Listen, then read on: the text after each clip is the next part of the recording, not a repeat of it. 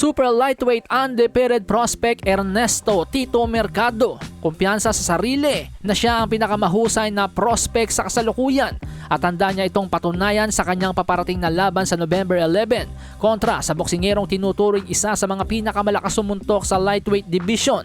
Walang iba kundi si Jeremiah Nakatila. Matatandaan itong si Jeremiah Nakatila ay nakalaban na nila Shakur Stevenson at Miguel Berchelt. Si Miguel Berchelt, ang dating WBC Super Featherweight Champion, ay na-TKO nga po ni Jeremiah Nakatila noong nakaraang taon ng Marso. Kaya naman para sa isang prospect na may kartadang 12 wins, no losses, no draws with 11 knockouts, isang malaking step up ito ng kanyang kompetisyon. Si Ernesto Tito Mercado ay may taas na 5'10", 22 anyos pa lamang, tubong Pomona, California, USA. At kung bakit nga ba ganoon na lamang kataas ang kanyang paniniwala na siya ang pinakamahusay na prospect sa mundo ng boxing ngayon, ay hindi lamang daw yan dahil sa skills, pati na rin daw sa lakas ng loob na sumugal sa mga risky fight tulad ng kanyang gagawin sa November 11. Kung ikaw nga po ay isang masugid na taga-subaybay ng boxing, mahahalata mo na kadalasan ng mga prospect ay inilalaban lamang sa umpisa sa mga mahihinang kalaban upang pabanguhin ng kartada. Kung minsan nga po may mga 30 fights na or 40 fights na, ganun pa rin, inilalaban pa rin sa mga mahinang kompetisyon.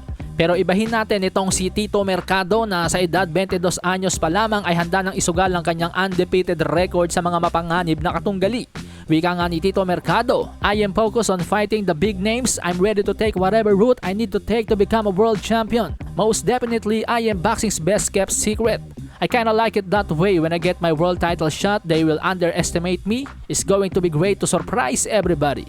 Sa mga amigos nating hindi nakakaalam, ang unang 10 laban nitong si Tito Mercado ay nakapagtala siya ng 10 wins with 10 knockouts. Kaya naman siguro na ikukumpara niya ang kanyang sarili sa yumaong undefeated knockout artist ng Venezuela na si Edwin Valero. Ani Tito Mercado, if I had to compare my boxing and mentality in the ring, I kind of have the mindset of Edwin Valero a little bit, that wants to kill you in the ring and knock your head off. I'm old school. A lot of fighters just want to look pretty in the ring now. Sa katunayan nga po, isa sa mga may pangalang tinalo nitong si Ernesto Tito Mercado ay si Henry Hank Landy, ang dating nakalaban ni Terence Bud Crawford.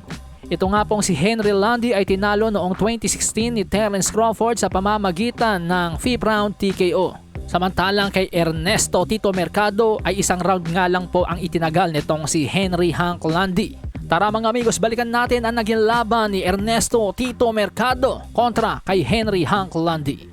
Isa sa mga katangi ang nagustuhan ko kay Tito Mercado mga amigos ay matulis po ang kanyang mga jabs. Marunong pumeke at marunong din ng in and out. Step back ala Dimitri Bivol. At meron siyang counter left hook na parang Nonito Donaire. Katulad nun mga amigos. Ang ganda ng counter left hook na yun.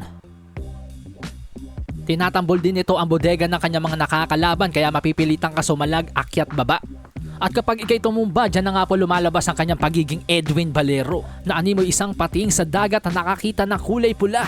Susunod-sunurin ka na ng kanyang atake.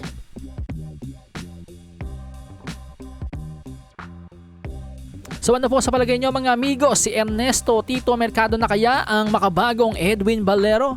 Just comment down below your opinions.